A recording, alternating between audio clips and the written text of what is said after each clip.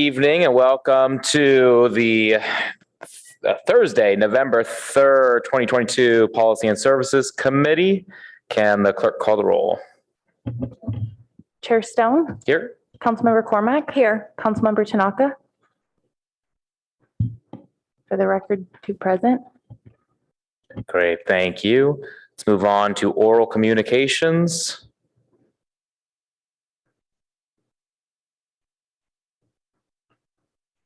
We have no requests to speak. All right, thank you. And we will move on to then our first action item, review and approval of the Office of the City Auditor's Fiscal Year 2023 task orders. Does staff have a report for us?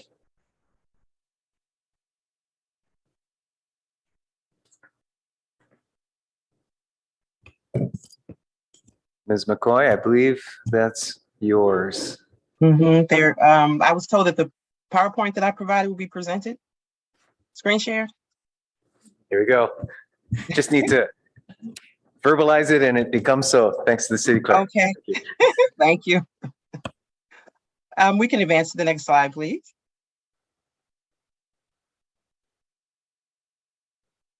The first order of business is to provide you with a status update on activities that are currently in progress. And thereafter, we will review the task orders being requested for approval. Next slide.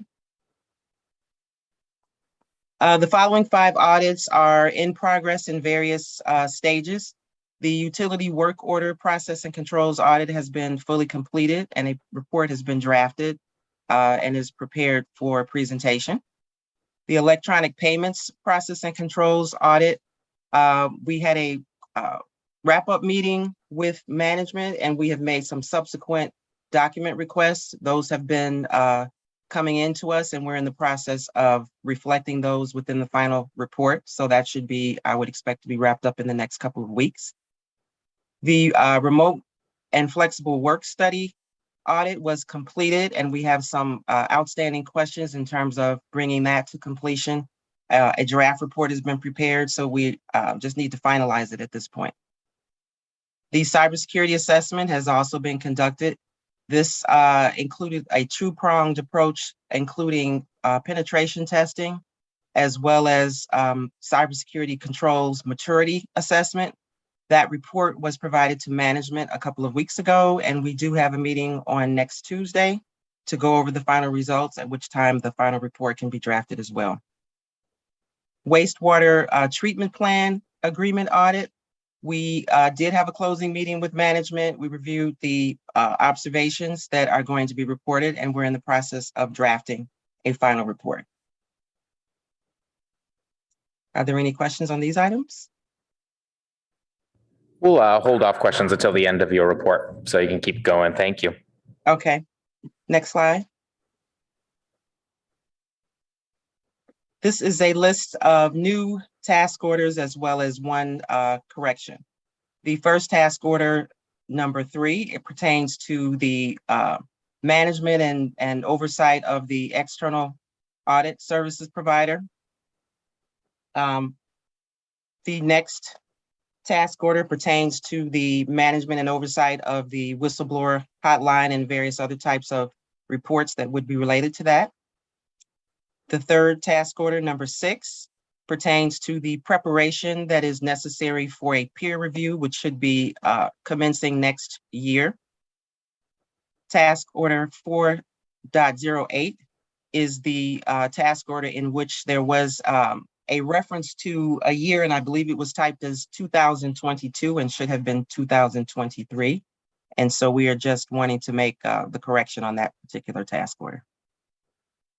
Task order 4.16 is a review of ALPR technology contract. This is an audit that was included in the approved audit plan, and that is planned to begin in the month of January. Task 4.17 is an investment management review, also included in the annual approved plan, and that is slated to begin next month in December.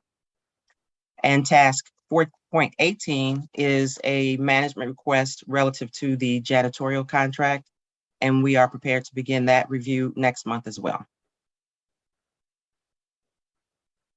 Next slide. questions and discussion?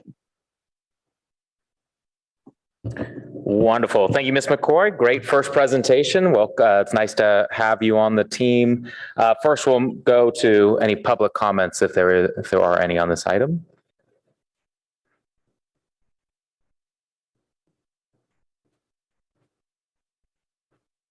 No request to speak.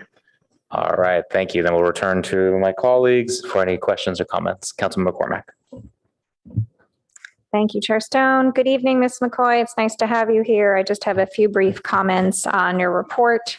I agree with changing the travel from every 2 weeks to once a month. That does seem appropriate.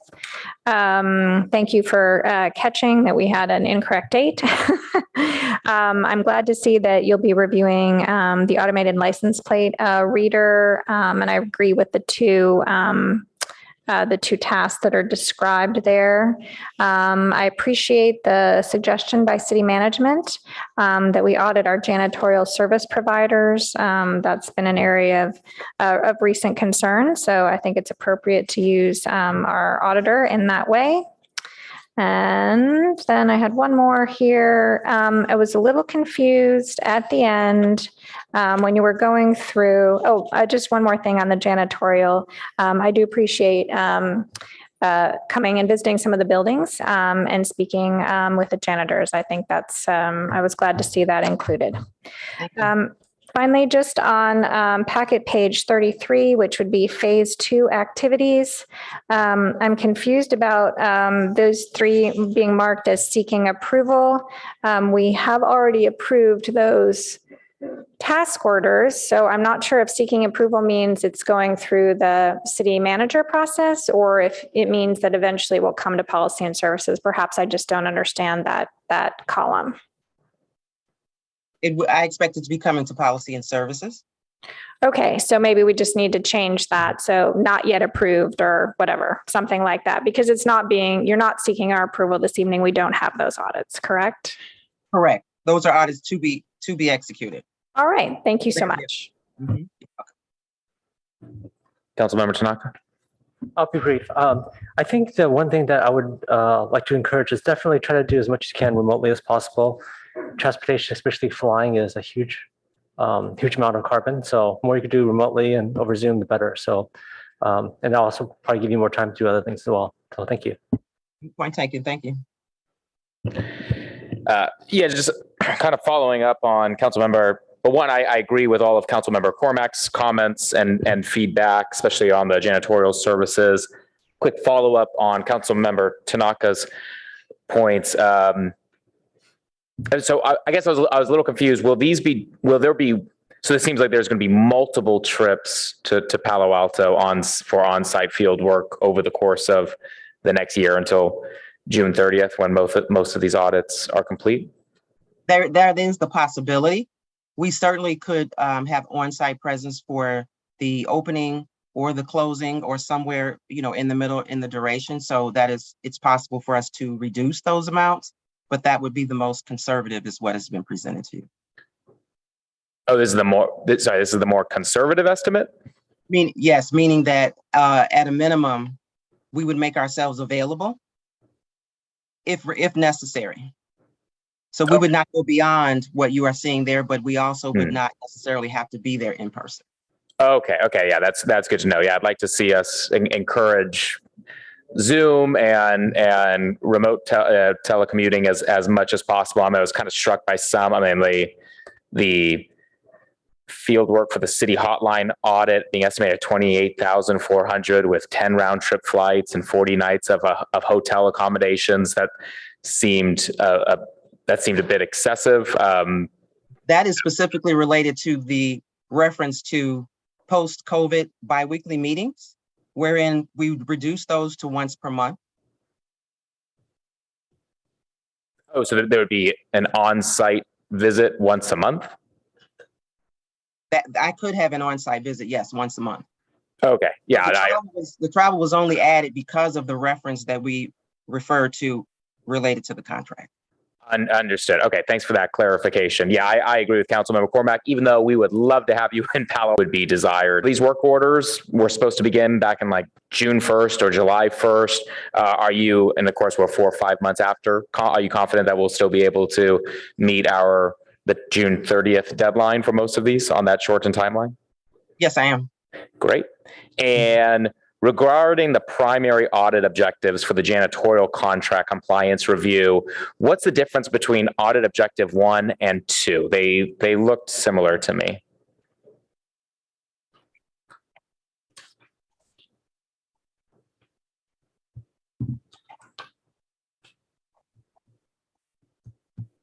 I'll try to find the language. Can you please? Would that be under audit planning? Let's see. I think it's under the actual attachment. I'm trying to find it now.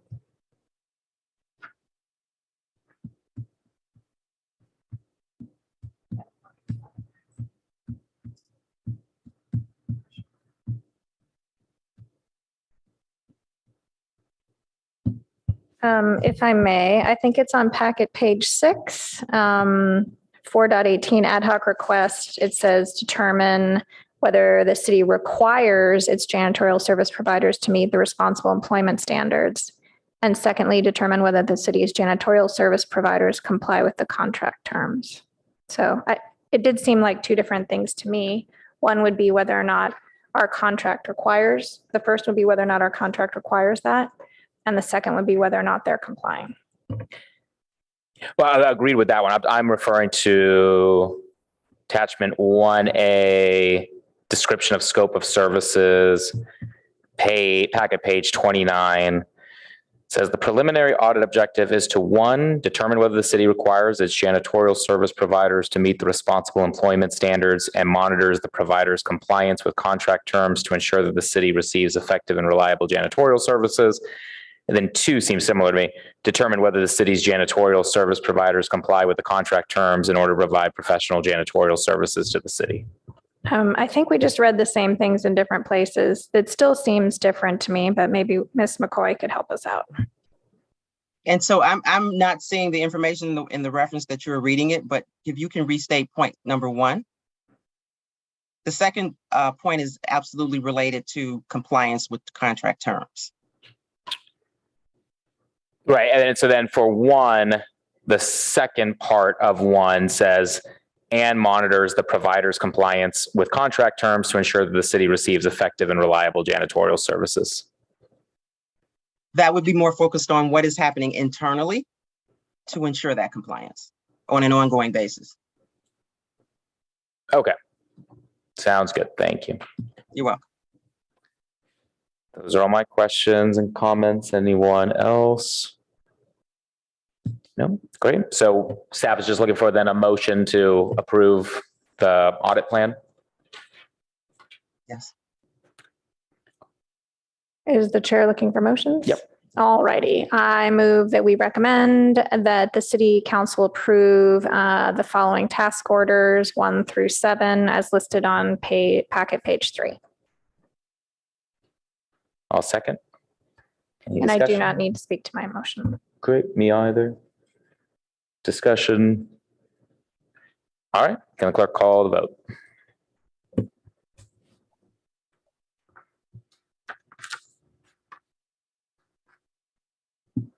Councilmember Cormack, I would like to vote yes, but could you please, I'm asking the clerk to get out that it's just the policy. Sorry, you can delete most of the second sentence there. Recommend, that part needs to stay. It's the part before that needs to go. And you can remove the word "the" before city council. Perfect. Yes, I vote yes.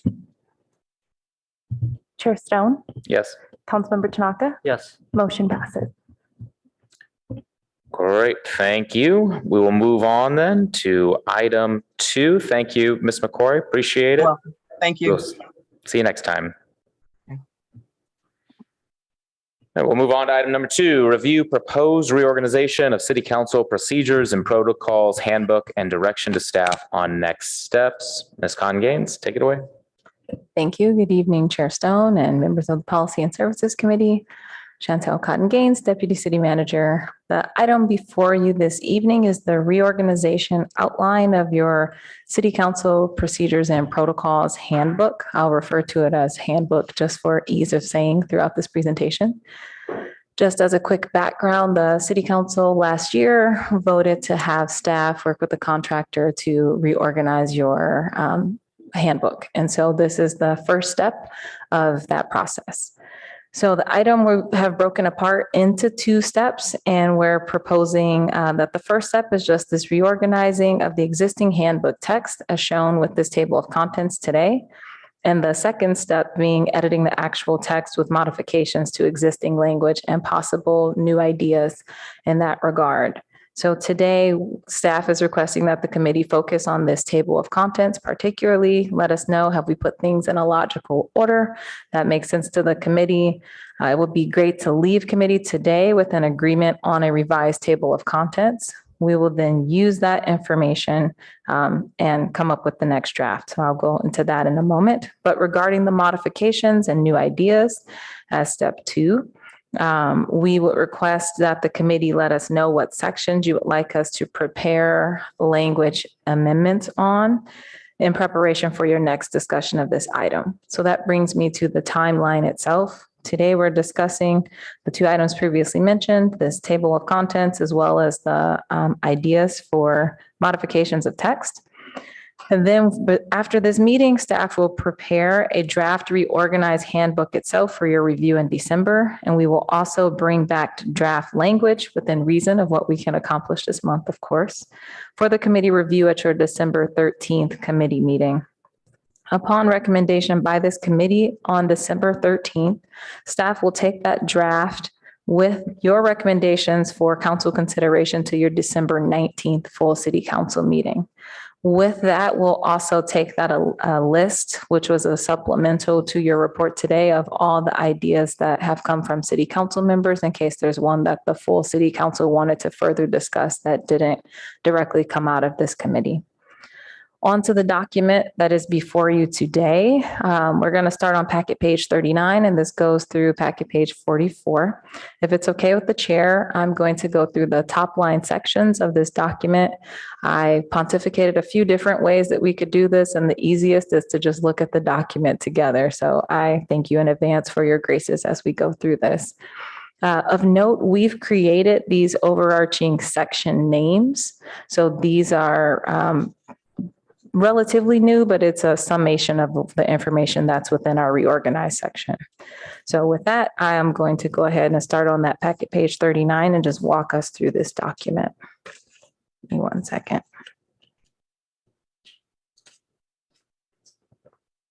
Okay, so your handbook is organized in 2 parts. Ms. Cotton Gaines, I sorry. don't know that packet page 39 is corresponding to what you're suggesting. Okay, just kidding. What packet page do you have? Is it the table of contents with the red parts that you want us to be reviewing?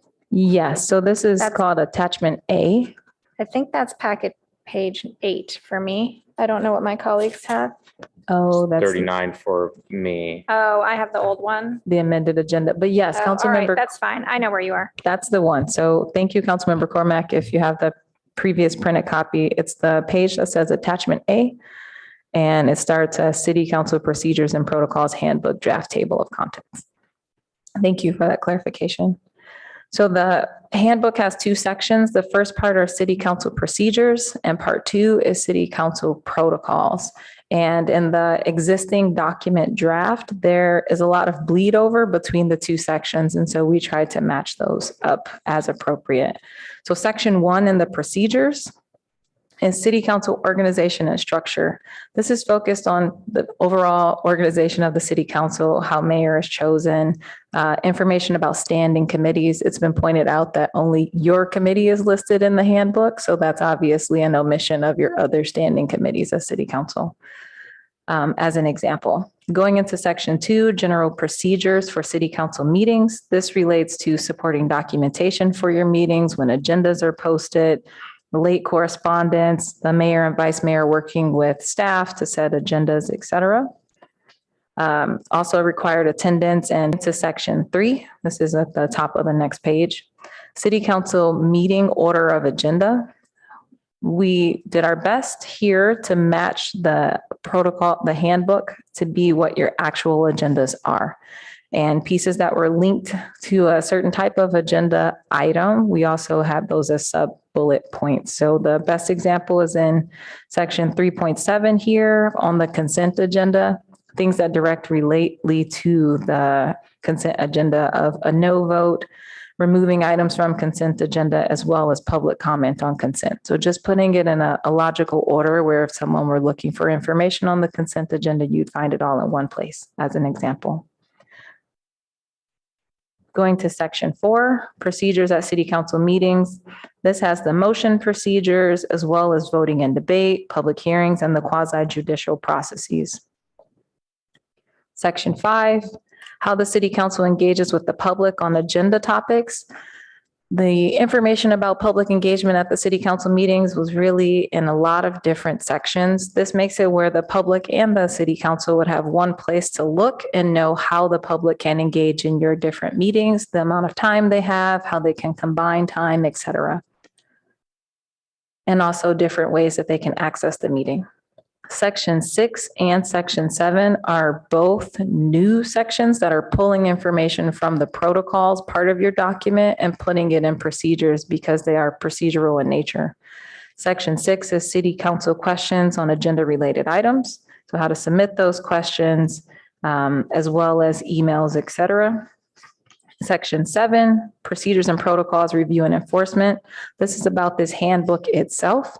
How do you update it? Who's updating it? And how is it enforced? So all of those are now put together as procedures as opposed to protocols.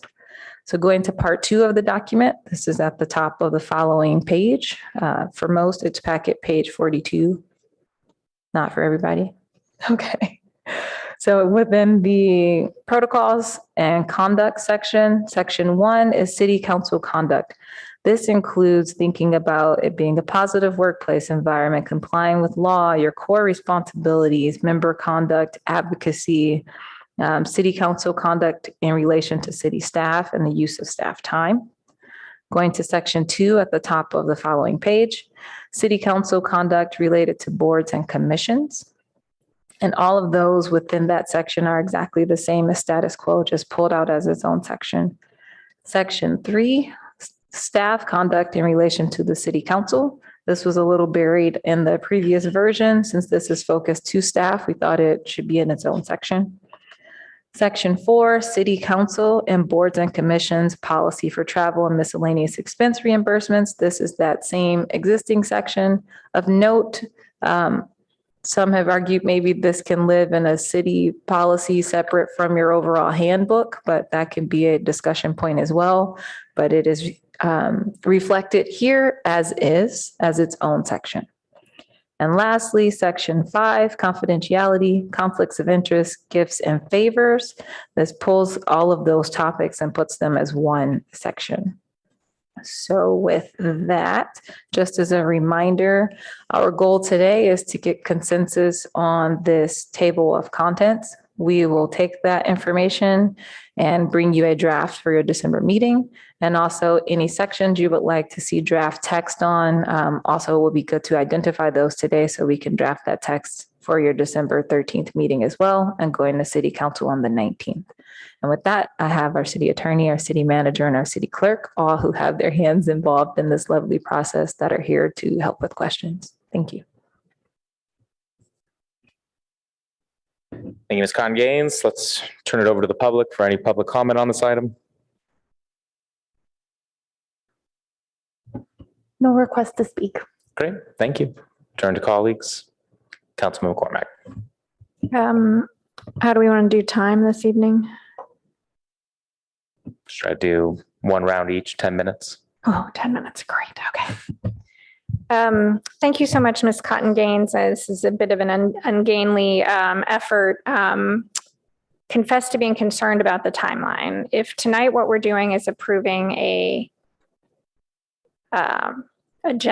table of contents, and then you're coming back with something that is not this, and then we only have 6 days between that and when the council is supposed to accept it, I'm not sure when we're going to make decisions about changes. So could you help me understand when we're going to consider all of the suggestions that staff and members of council have made?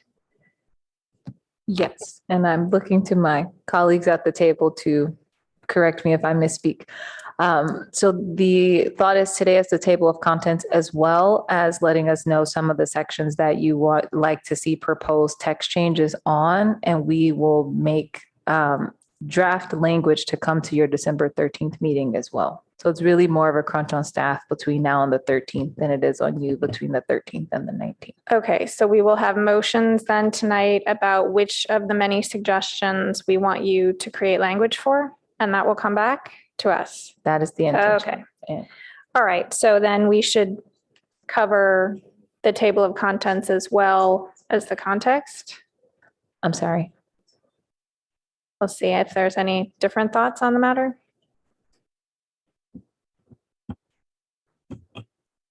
No difference. I would note, to your point, it is really at the discretion, the choice of the committee as to this timeline. We are trying to turn it around in this December timeline so that the current committee can actually see the results with the full text and presumably make a recommendation that could also be heard by the current council.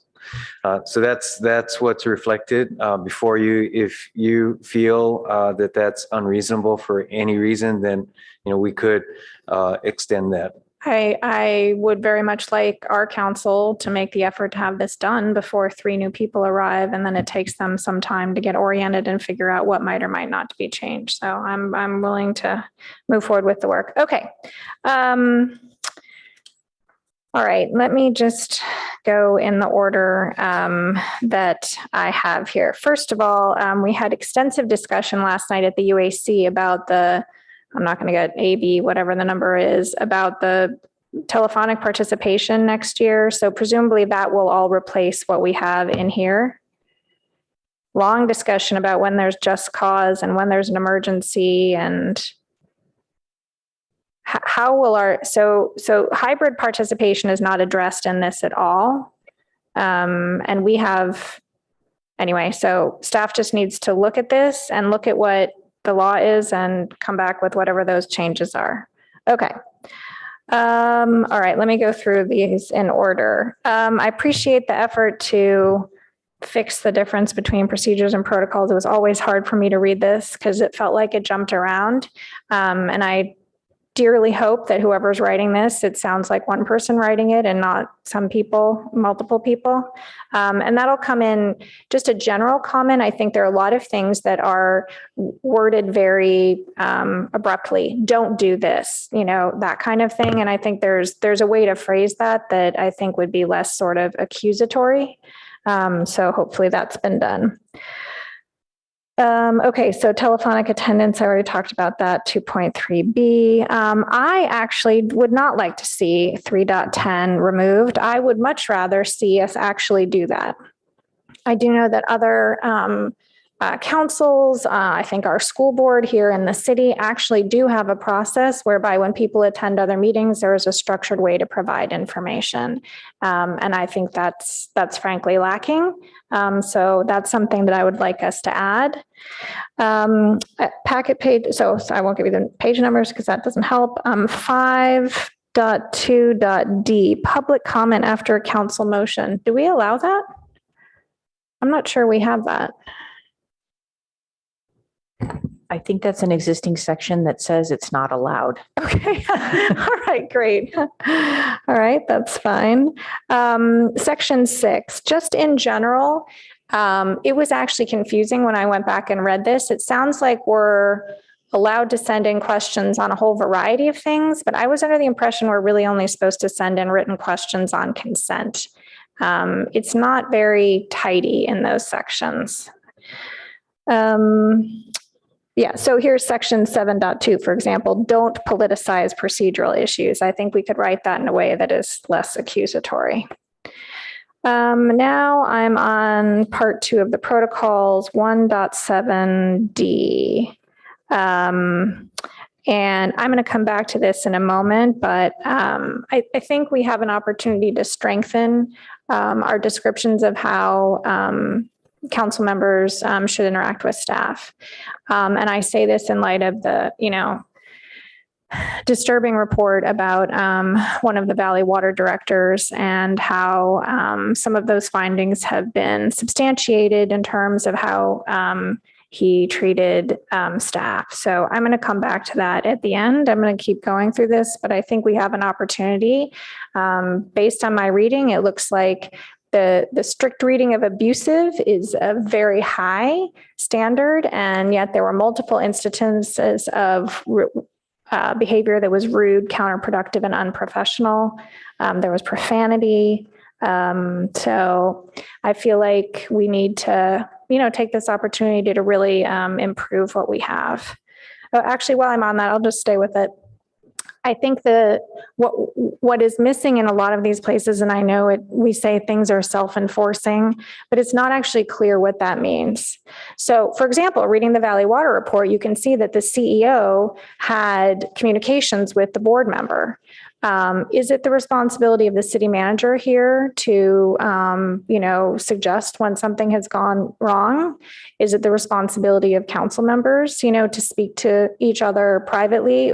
We need to address this. And I hope it doesn't happen, but I think it would be wise for us to take a moment and reflect on what we have learned from this and see if we can improve in the hopes that we'd never have to use it. Okay, how am I doing? All right. Section 2 now of the protocols. I actually would love to rearrange this section. Rather than, saying what you shouldn't do at the beginning, I wonder if we could put, for example, 2.7 at the front, right? The whole point of having a liaison is that it be an active relationship and that the board and commission, members know that the city council is interested and cares about their work and is up to speed. So I think just in general, I think that section could be reorganized. Section 4.6, we just had this recently. 3 of us attended an event. I was the only one who made a report to council. I don't know who's supposed to enforce that, right? There's no discussion. So that I think the enforcement on that is an issue. And then you don't want us to go through the detailed sections. You just want us to stay at the top level. Yeah. Go ahead. When you say go through the detailed sections, do you mean specific text within that section? Yeah. If it's okay with the chair, can we go on the, have all the comments on the table of contents, then go to the specifics? Sure. Is that okay? Okay. It'll help me organize my notes a lot. Yeah. Yeah. Thank you. Okay, great. Because there are a few in there and I'm sure you've caught many of them. For example, I don't think anybody faxes anything anymore, but we'll get there.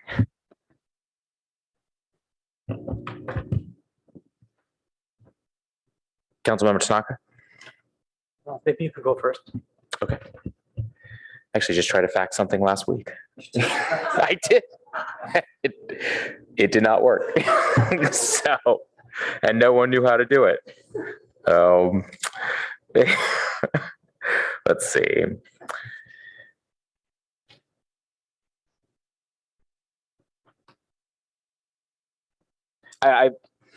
Overall, if we're sticking to the table of contents right now, I really like the structure. I think this validated the decision that was made, I don't know, whenever it was, to hire a professional on this and have staff kind of also take the lead working with that person to reorganize. This seems so much more manageable.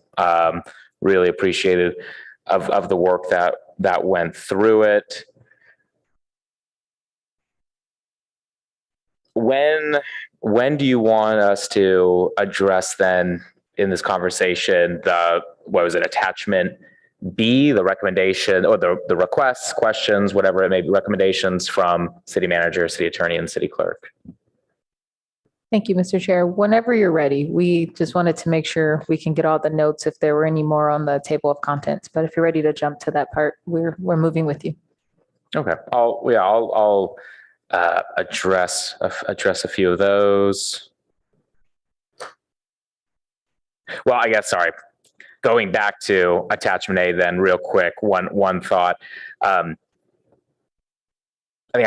think I differ from Councilmember Cormack on 310. I'm fine with the staff recommendation of removing the reports and recommendations of council committees, boards, commissions. I feel like that can be done via council member comments. I think if those are either merged or maybe it's made clear that in council member comments, if council members want to include that as part of their report, I think that's fine. I do agree with Councilmember Cormack though on kind of clarifying the role of council members during commission meetings as a liaison, and then have those expectations also clarified with the boards and commission chairs as well. I mean, I think I frequently find myself at when I'm being liaison for a commission, trying to understand what really is my role and trying to answer questions without appearing to advocate on behalf of a particular position. And so I think it'd be much better for council members and for our boards and commissions to have that clarified and say why are we there? Because otherwise, yeah, my reading of it, I don't really see what our role is on these boards and commissions. So I'll go with on attachment B, some of the clerk's recommendations or requests. How should city council enforce timers on council members? I think that's a good question. I think we should just go the Oscar approach and start playing music louder and louder. But if that doesn't work, which probably would not, then I mean, the only way I can see it is discretion of the mayor. I don't want us to see it. I don't want to see at the 7-minute or 5-minute or whatever it is that you're just cut off. I think we all need to try to self-enforce and try to encourage each other. I know some of us are much better at this than others when the timer runs. Can I ask the chair a hypothetical? What happens if it's the mayor? It's a good question. Yeah, I mean, I think that's. I just don't. I can't think of a better way. So I'm curious to hear other council members' thoughts on this. So I'm definitely open to a solution that works for me right now. I'm fine with discretion of the mayor, but if there are better solutions, great. Regarding the handbook saying public gets 5 minutes instead of 3. Yeah, I mean, I've never seen that on council. So I do think our practice seems to have been around 3 minutes. What makes sense to me is maybe if it's under 10 speakers, 3 minutes. If it's over 10 speakers or 10 or more, whatever, then it's 2 minutes. I also think that this should apply to groups of speakers as well. I thought that was a good question. So maybe a reduction from 10 minutes to 8 or whatever makes sense there. It is great that we have a lot of public participation, but we have seen at meetings when we have crowded agendas, the public gets very upset when we have meetings that go past 11:30, midnight, 1 a.m. We all get upset as well. And so being able to find a way that balances that public input with an efficient meeting is important. And I think having time limits like that are reasonable. Public always has the opportunity as well to be able to email additional longer comments as well. On some of the city managers, so there was established protocol for city purchase of tickets and tables at nonprofit events. Agree, I'd like to see that established. What is the current protocol? Is it just, it has to be like a city sponsored, city has to be kind of a sponsor in it? Are there any protocols? Actually, I don't believe there are any protocols. It's basically what we've done in the past. Okay. Carried forward. So yeah, I don't know what those protocols should be, but I do think that should be included. There have been a lot of events that I know that have come up that I'd personally like to attend, but the cost is prohibitive for me. And I don't think council members should not be able to attend events just because they are too expensive for an individual ticket. If it's something that's going to be able to benefit the city with council members attending. So it's establishing some reasonable protocol for that. Definitely agree on the use of mayor and city council letterhead for correspondence only being used for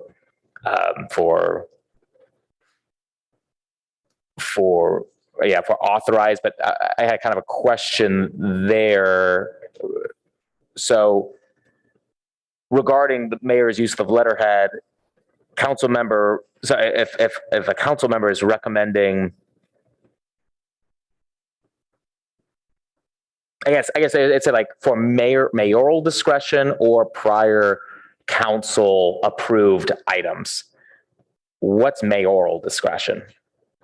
Because then that kind of seems like we're back into the same problem where the mayor could choose anything on a letterhead. And I can't remember what the particular incident was, but I remember a few years ago, there was a controversy over a mayor using a letterhead for something that was against the council's stated position.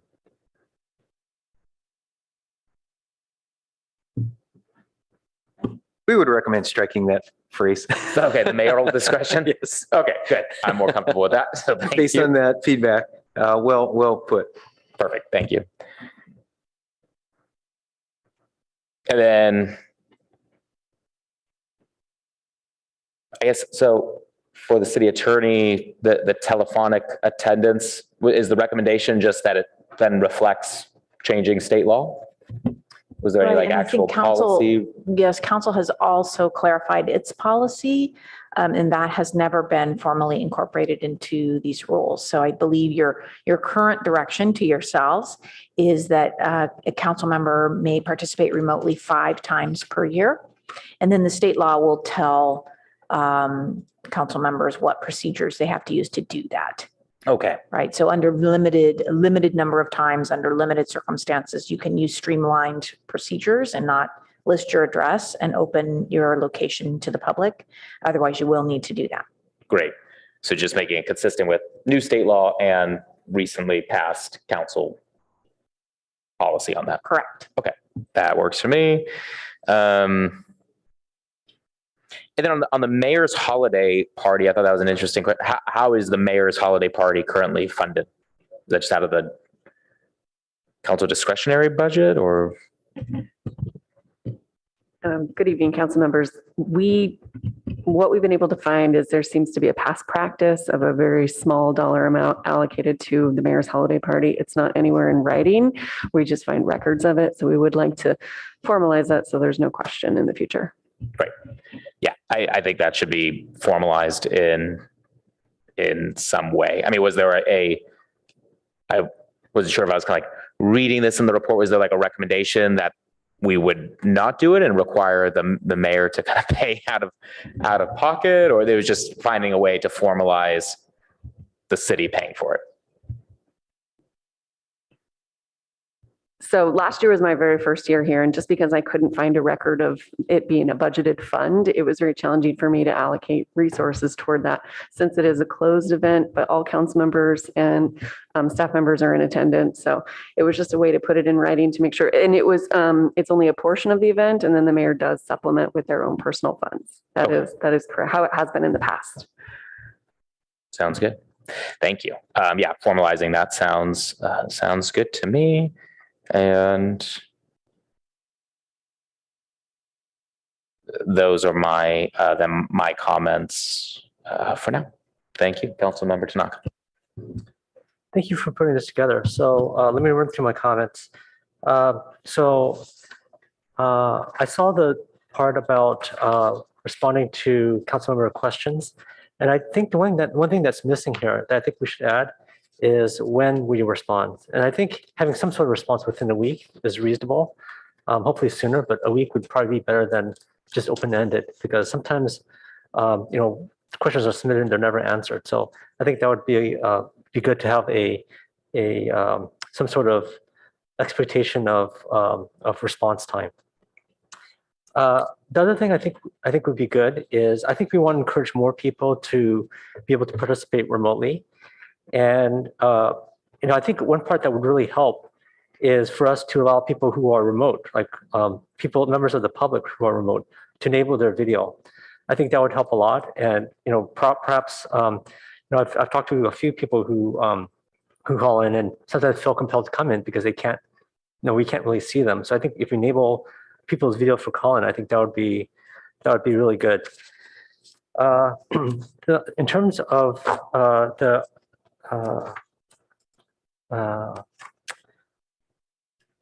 meeting order of agenda on packet page 9, I think what we're doing right now, and I think it's better than what's written right here, is on consent agenda, we have the public comment on consent agenda at the end, which I always found bizarre. I know it's written like this here. I think the current practice right now is that generally, I think the mayor has that go first, and that makes a lot more sense than for us to all decide then hear public comment. That never makes sense to me. So I think C should be before A and B, because why would we all vote and then have public comment? That doesn't seem to make a lot of sense to me. And I see the time limits in terms of consent questions, but sometimes packets come out late, so that's one issue. Or sometimes packets come out and they're missing contracts or missing information, and so I think there has to be some sort of accommodation for when we could submit questions, because if like that item's missing and we're supposed to submit questions by Wednesday at 5, it's a little bit hard to do that. So I think there has to be some flexibility. So I think it should be based on when the information is available versus a strict week deadline, because sometimes it's just not possible if we don't have the information. And then I didn't quite understand the proposal that we could only email staff on consent items. That doesn't sound quite right. So I would have to understand more, but in general, I don't agree with that. Yeah, because I think we want, in general, good communication between staff and council members. Recently I was judge a couple times now for my daughter's speech and debate tournaments, and I'm truly amazed by how good these kids are. I mean, really, really impressed. And one thing they do, and I think that's actually something we could, when I watched some of these kids debate, I thought it was interesting because they have a relatively structured debate process versus like on council, it's kind of really a mishmash of stuff. And, I was wondering if perhaps we can, because what we should be doing during our deliberations here is thinking about like what is the best for the city, for the people that are here. And it made me think about like how we discuss our action items, and perhaps having a little bit more structure. So for instance, maybe when we talk about things, maybe the clerk could put on the screen some of the points. So here are the pros and here are the cons, right? And keep track of it. So it's a little bit easier for everyone to remember, and perhaps will allow us to have a more rigorous conversation than we're doing right now. In terms of time limit, I think we should, because we have meetings and they sometimes go really, really long, as we all know. And I think we should be probably better, and then I put myself included in our time limits. But I think it means everyone, including the mayor, should be respecting the time limits. And so the Oscar idea is not a bad idea. So maybe we should have something like that, or but because otherwise, if we don't do that, if we don't have like time limits, we just have mega long meetings, and I'm not sure we actually have better meetings. That's the other unfortunate aspect. So I would be in favor of really, really good strict time limits, and and maybe what it should be is more like there's a total amount of time each person can talk, right? So if they want to talk more now or a little bit more later, it's okay, but it's some sort of allocation versus, because sometimes I feel like when we have these discussions, it's like just a few people like dominating the whole conversation, and we just have these meetings that keep on going on and on and on. And I don't think we're advancing the interest of the public very well. So I think I think timeliness is a big deal. And I think it's something that would allow us to be more efficient. And I know the current council has talked about, how many times can we be remote and this and that, and whether meetings like this, for instance, can be remote. And we have a new council coming on board, and I think perhaps we can revisit that, because there's also be more clarification in terms of what's happening on a state level. And because for me, we all know that a big part of our carbon output, and we have this really great goal of trying to reduce the carbon output of our city. But I think if we could do more of this remotely, the better, right? Because we have 5 staff members here and ourselves, and a lot of us drive cars, and that all adds to the carbon output of the city. And so, as leaders of the city, I think we want to demonstrate our goal to be more carbon conscious, so to speak. And then last part here is in terms of the mayor holiday party funding. We have 2 major ballot measures this year in November because we're saying that the city needs the money, and we're not going to do operations without it. I think it's highly inappropriate for us to be spending money on a holiday party when we are asking and putting our hat in hand to our voters, asking them to put more money in for the gas funds and for businesses to pay a business tax. So I just can't agree with that. That doesn't make sense. Even maybe a small amount of money. I think if we want to do it, we do potluck, right? There's no shame in that. It's no big deal. It doesn't have to be super fancy, but I just think it sends the wrong message, especially when we're trying to get $10 to $20 million more from the public. So it just strikes me as being really, really inappropriate to be doing something like that. So I would not be in favor of funding that or any party, to be honest, because it just doesn't send the right message. I mean, I know some of you guys may not follow this very closely, but if you look at what's been going on in the economy, just about I won't say just, I'll say every single major employer in the area is having hiring freezes or there's laying people off. If you look at the stock market, it's collapsing.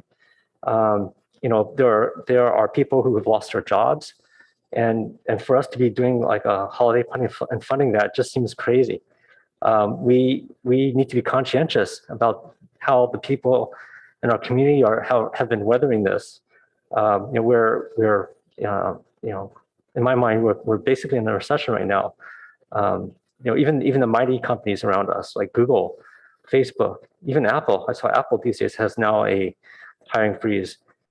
I mean, it just seems so out of step and out of place to be holding a holiday party and funding that. I think we should just all chip in some money or do a potluck or keep it low key. But I don't think we want to be spending the public's money on something like this. It just makes no sense to me, especially with the ballot measures that we are pushing forward to try to get people to pay more to the city. So those are my comments so far. Thank you. Thank you. We'll go another round this time. We're going to have the focus on, sorry, how did you want to structure that part, Ms. Congains? Whatever else you have for the document, we'll just recording notes right now. Okay, let's do a third round at maybe 5 minutes this time. Councilman McCormick. Thank you, Chair Stone. All right. So just going through the attachment B.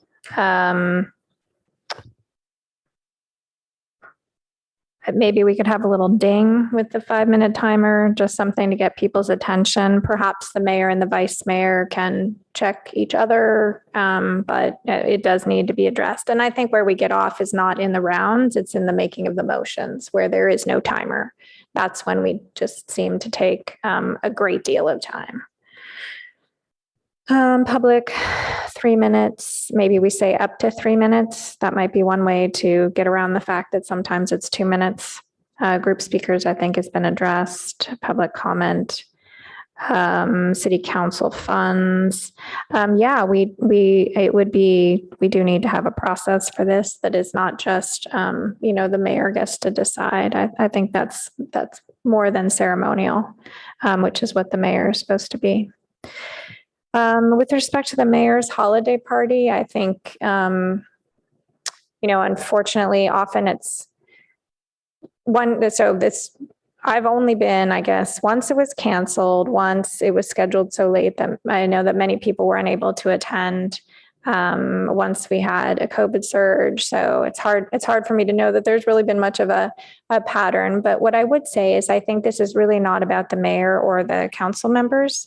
I think this is our one and only opportunity in an informal setting to thank our staff. So I don't see any difference between the community paying, what is it, $25 a person, maybe something like that. Whatever, it's not markedly different from what we spend on food on Monday nights, so that we're all in a decent mood, at least for the first 4 or 5 hours. So I don't think it's about a party for council members. I think it's an opportunity to recognize our hardworking staff. So I am comfortable, but I agree that we should establish a certain amount. And if the mayor or others wish to spend more, that is up to them, but it should be sufficient. Okay, ticket tables, nonprofit events. I'm torn on this one. I kind of feel like this shouldn't really be up to council. I think this is something we could trust our city manager. We could have a small amount, set aside in the budget, and then the city manager could choose. I don't think we should be in the business of making super specific decisions here. Letterhead we already discussed, and telephonic we've gone through. Okay, and the other items that people have suggested, do you need us to go through those again, or you have them all, or are we supposed to do motions on them? Sorry, it's just still a little hard to figure out. I'm on the supplemental one now, packet page 103 and 4. Did you want us to share comments on this, or are we going to make decisions? We are open to receiving comments on those as well. The quick backstory on that is last year, the committee received these, but didn't go through all of them in terms of recommendations. So they're still open for discussion. Yeah. And that's packet page 103. Okay. So some of them are for me. I don't need to repeat myself. I will say on terms of staff time that at 1 hour per week should be applied fairly across all council members. I do believe it should apply to our ceremonial leaders as well. All right. And now let's see if I can whip through the other parts in the actual handbook itself. Okay. Remarks addressed to the council as a body and not any individual member. Sorry, my packet page numbers won't match with yours. So this is 1.D, 1.4.D.1. Dear Lord, that's a lot of indenting. I think this, different mayors have approached this differently. But we need to have a way to enforce that. And if the mayor is supposed to do it, then there needs to be a way for council members to ask the mayor to do that. It has not happened in recent years. And I think the behavior has continued to increase as, members of the public address council members by name, often by first name. All right. The next one, I do not believe I'm on, sorry, I have no idea what I'm in now. 2.4E, agenda order. It is the council's policy to hear the major items of business first at each meeting to the extent possible. I don't think that's true. We often have the TEFRA hearing before something else or, a zoning thing. So if we're not doing it, we shouldn't list it that way. I don't know what number 10 is, intergovernmental legislative affairs. I don't know what that is. So that obviously can go. Minutes, has this already been removed? I ask about this every couple of years. I'm on, God, where is it? And now I'm in that same section, but it's 3. Must be under L because there's an M after it. Is there an L somewhere? Sorry, this consent calendar categories. It references minutes from meetings like this, and we've never had them or done them. I am looking at that. So just to make sure you're talking about section I have to go 2.4 L, L, consent calendar. Section 3. categories. 2.4 L3. Request to Whole refer. bunch of thing about minutes and stuff, which we don't do. And I apologize. I do see that I'm over and I'm almost done. Okay, This, again, flagged that. they're referenced in the next one, the under Y standing committees, Y 4, 5. It all talks about minutes, which we don't have. Okay. Got it. That is what I have in terms of specifics around that. And staff captured my comments earlier about how to move from just language about, abusive to language that covers behavior that is rude and unprofessional. Councilmember Tanaka. Can you go next? Sure. Couple of things to just agree with Councilmember Cormack on. I agree with the value that the holiday party has. There is definitely a value in community building between staff and council members. It really is our one time the year where we do have that opportunity to be able to celebrate the work that staff does in that setting and be able to talk to each other in that way. And I mean, yeah, it's $25 basically a person. I mean, this is not a extravagant event by any means. So I think that's worth it. I think we do better work when we have that type of community building and personal relationships. I think that's well worth it. And that kind of also brings me onto the other thing that Councilmember Cormack was addressing is issues of bullying and just appropriate behavior. Yeah, I think the Valley Water Board example gives us a great local example that these things do happen. They have consequences. At least they should have consequences, and we're responsible for our own members and finding procedures and protocols that's going to be able to address that and prevent it before it ever occurs is critical. So I think we should take advantage of this as a learning opportunity to address that before it happens.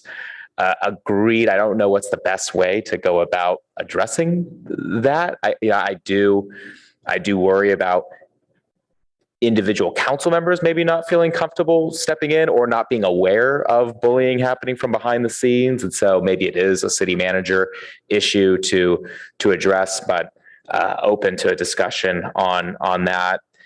I am curious that maybe the city manager's thoughts on whether having a protocol for purchasing tickets and tables for nonprofit events, is that something that would help you in that decision-making process, or would you, Councilmember Cormack's suggestion was just leave it to your discretion? We would certainly be able to come up with a couple of options, whether it be budgetary, so you set a dollar figure and determine who has the discretion to pull on that dollar figure, or if there were some criteria that you might consider. So I think we could bring forward a couple of options for the committee to decide if you see it worth pursuing. Great, thank you. I think that'd be helpful. And then finally, just real quick, then looking at some of the comments by other members. I agree with, I think it was comments by Councilmember Du Bois and Vice Mayor Koo regarding clarifying procedures for how council members are supposed to represent city positions at regional bodies, and having clearer language there regarding the expectation that council members are representing stated council and city positions rather than personal views. I think that makes sense.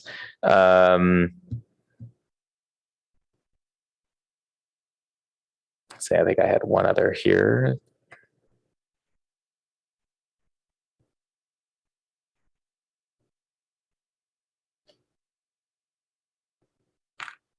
And I agree with, already mentioned, agreeing with Councilmember Cormack on on the liaison role for Board of Commissions, but also I liked the inclusion of at the League of California City Conferences, basically not taking or abstaining from voting on any new proposal presented at a specific conference that the city council has not provided explicit direction on. I think that makes sense as well. I just think when a council member is representing themselves or representing the city at other organizations, they need to be doing so based on direction that council has provided. And agree with Council Member Cormack, if that direction hadn't already been provided and something new comes up, they shouldn't be speaking on it. And that's about it. I'm curious about the mayor's suggestion regarding maybe putting council member comments at the beginning of the agenda instead of the end. I'm concerned that will kind of, when we're talking about wanting to have more efficient meetings and ending soon, I think when we put that kind of blank check at the beginning of the meeting for council members to just talk, I think it's going to be easy for that to turn into an additional 30, 45 minutes at the beginning when at the really evaluate whether their report is important enough to be heard at 12:30 at night. So don't think I agree with that, but those are my thoughts, and the music is playing me off. So Councilmember Tanaka. Thank you. So, one idea I have, because I think this has come up in terms of how much time can staff members spend per council member request. I think it's 1 hour. I think that's actually kind of low, but I'll be open to raising that. But I do think it should be evenly, the amount of staff time should be equally balanced between all the council members, not just on one. And so, in fact, I think it would be interesting to actually see a report out of how much time is spent per council member. So maybe once a quarter or something like that. I think that would be interesting. In terms of council meeting start times, our regular start time, and it says it in here, which I think is correct, is that we start at 6. But I can't remember the last time we had a regular meeting. Every meeting is a special meeting, and I think what we should do, rather than just having longer meetings, we should have more efficient meetings.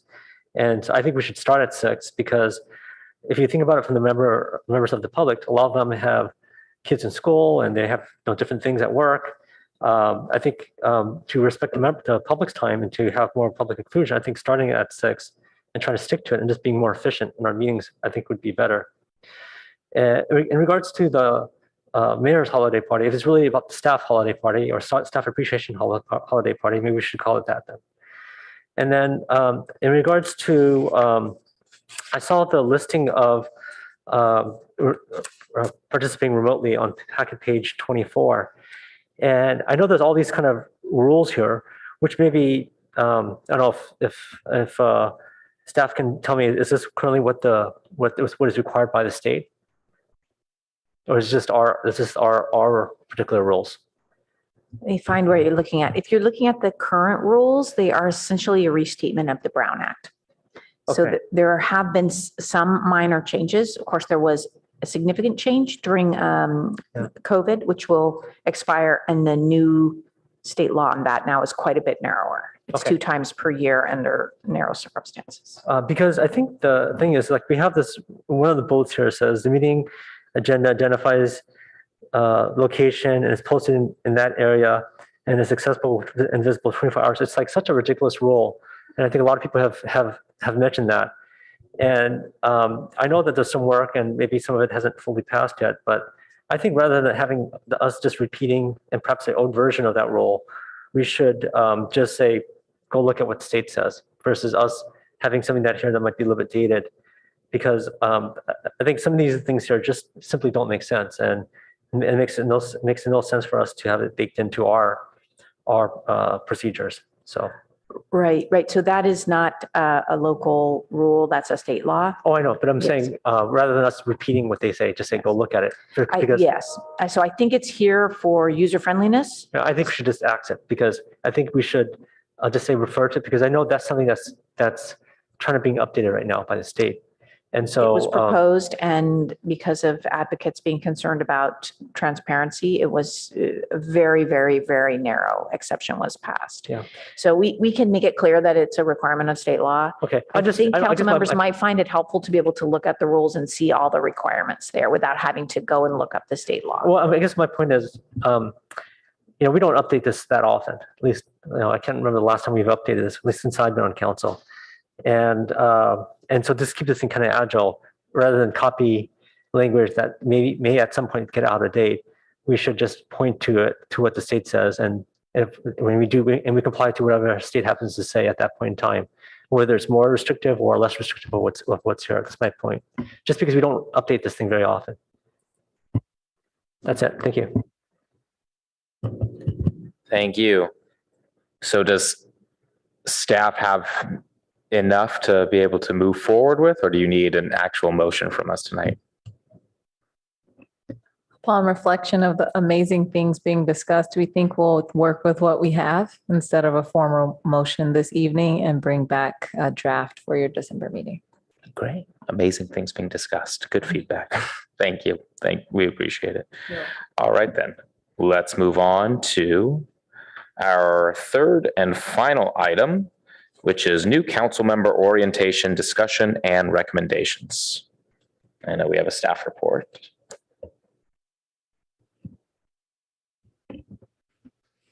Good evening, council members. I'm Leslie Milton, your city clerk. It's my very first formal presentation to give to you, so I'm super excited to be here.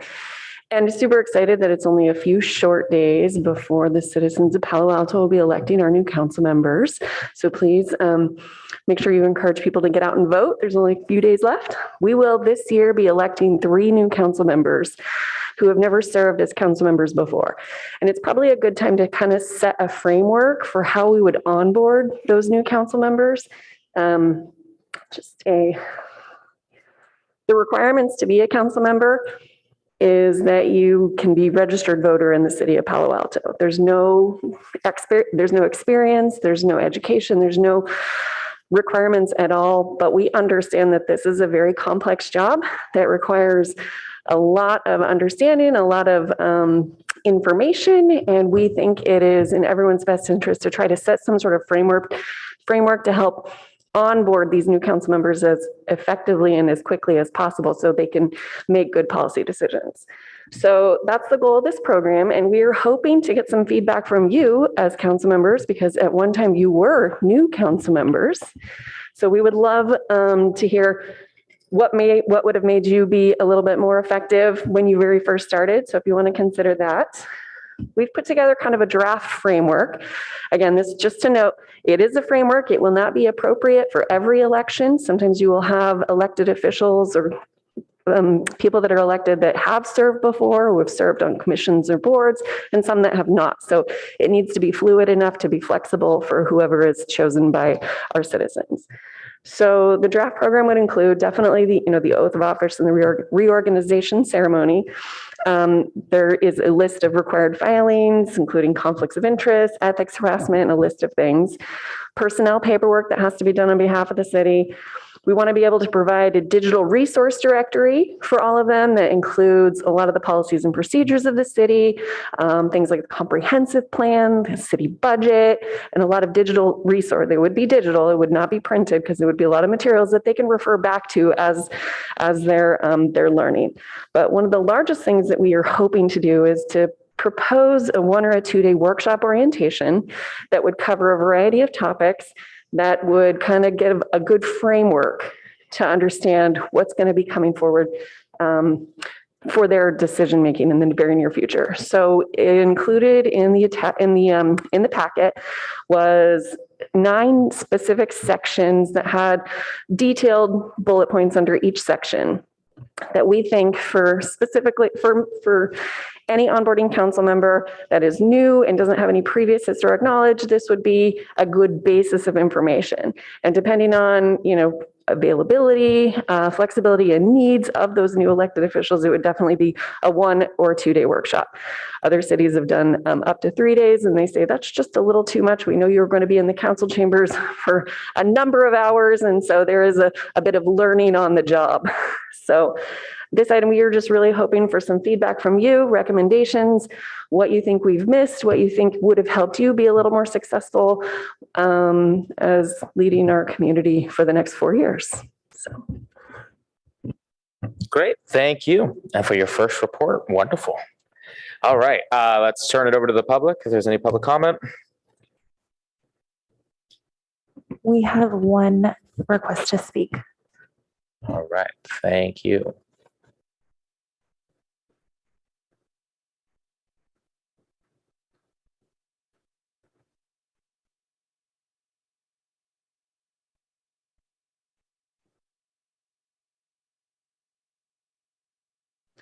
All right, Ms. Landesman, welcome. Oh, I'm sorry. I didn't know my hand was raised. I'm just listening. No worries. Sorry. I have no comment. I'm sorry. I guess I'm just clicking away and doing other stuff. Very sorry. That's okay. Good to hear your voice. Okay, bye-bye. I don't know other comments. Okay, wonderful. Then we'll return to council for discussion. Councilmember Cormack. Thank you, Chair Stone. Thank you so much to the clerk and the clerk's office for putting this together. It looks remarkably thorough. I'm pretty sure I had about a 1-hour meeting with the city manager, and that was, I think, the extent of it. And it's interesting because it's good that the two of us are here because we're the most recent people who were not councilmen. We're the only ones who had not already served. You last time and me the time before. Overall thoughts, I really like the idea of doing, and there'll be 3 of them, so it'll be less than a quorum, so that's good. This is, I know all this stuff and reading it was like, oh my God. So I think maybe having the 20-minute introduction and then have 20 minutes for them to ask questions and talk among themselves. This cannot just be a whole day of lectures. That won't work well.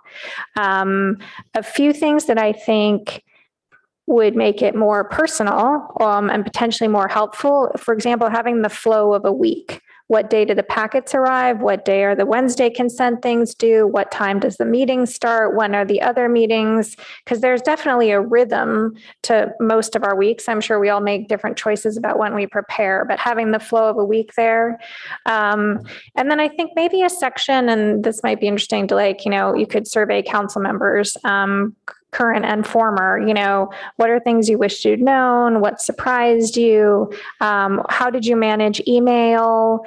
I've certainly tried a variety of methods. I don't know that any of them work better than any other. Some sort of sections so everyone doesn't have to relearn things that might have already happened. And I'll just a few specific comments looking like in section 1. I think we should also be clear about what is not their role. So in addition to saying, here's what, for example, the city attorney does, here are things you should not be expecting from the city attorney, just so things are really crystal clear. Council member specific information. I think you could make that fun. You could make it like a quiz or something, a lot of extra work, but something that would make it a little bit more interactive. You could have those like, hey, ABC, guess which one, and then people can enter at the polls. Anyway, something so that it's not just, a lecture. Section 3, presumably 3.1 refers to the fact that we're a charter city, but it is highly relevant that we're a charter city. And so some sort of overall explanation of that from the beginning, I think would be helpful. I don't know if this goes in section 7 or somewhere else. Also section 6, that's not nearly long enough. There's no way you can get through the budget in 30 minutes. And the budget is only one of 10 things listed there. I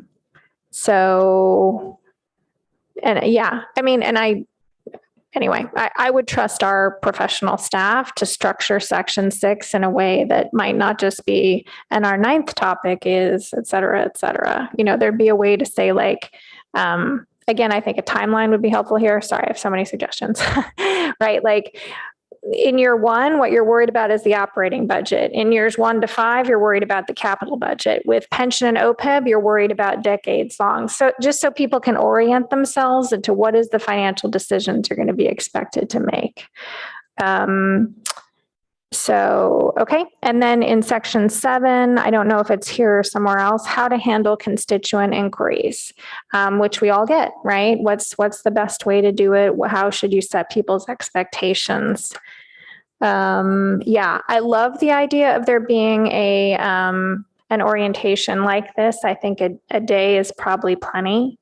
And it would be really ideal if all 3 of them, whoever they are, were able to do it together. But I think that might establish a little esprit de corps that is potentially otherwise not an option. But I really thank you for this. And, you know, if appropriate, would be happy to take a look at any materials. And I'm sure you could share them with all the council and see if they had suggestions. So thank you. Thank you. Councilmember Tanaka? Yeah, thank you for taking the initiative. I don't see anything that really jumps out at me. I would only just say that whoever gets elected, people have different backgrounds. And so maybe what you should do is when we figure out who gets elected, you just ask them, like, what would they like to see? And that might be useful. But otherwise, thank you for doing this. Yeah, I agree. Thank you. This is, I think this is going to be really helpful. I wish I had this when I came in on board, but we didn't have you yet, Leslie. So, I know it was a weird time with COVID and everything, but this would have been very, very helpful to have this. I really like the organization, the structure. I agree with Councilmember Cormack. This seems undoable in a day. Tour of, different, would be helpful to be able to break it up. I mean, for me, for example, first day we showed up actually in chambers. I got here and Councilmember Cormack asked if I'd ever been backstage and I said no. And so she showed me the bathroom and the other important things. So I was very grateful for that. So thank you. And so definitely that is a piece that we cannot forget. I didn't know where to go. And so, I thought too, I liked Councilmember Cormack's kind of suggestion about maybe trying to poll or something, get input from past ones. That made me kind of think, I know when the president leaves office, traditionally they leave a letter for the incoming president, maybe like an encouragement of departing council members to be able to write a little note of encouragement and things that they had learned to be able to pass on. I know we can't enforce that, but I think that'd be a nice practice to be able to begin.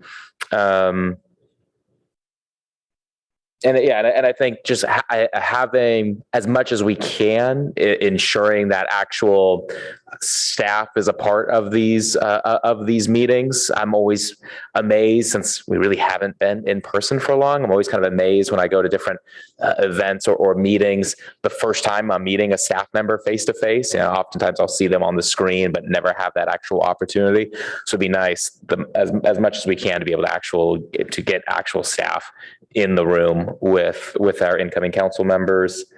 And yeah, I think that's it for me. I mean, I think this is a great idea. I thank you for doing it. And I think it's already got, I really like the structure, but do agree on some of just the realities of getting through all of this, especially on the budgetary issues, is going to be will be difficult, but this is wonderful. So thank you. And don't need any motion or anything from us. This is just informal feedback.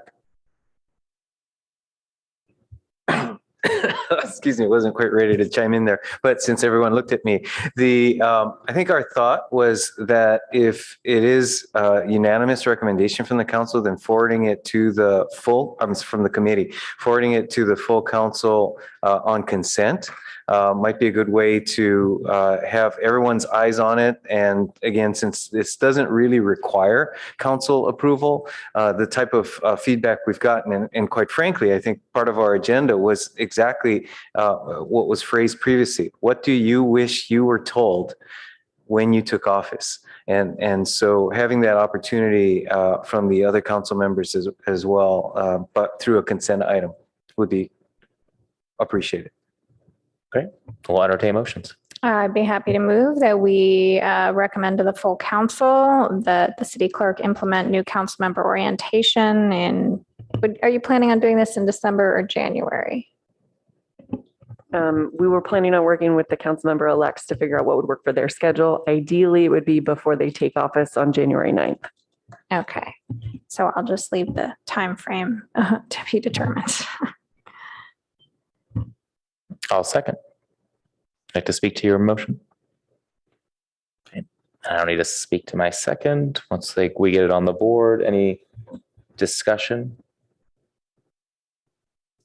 All right. Yeah, so forwarding the clerk's proposal for new council member orientation.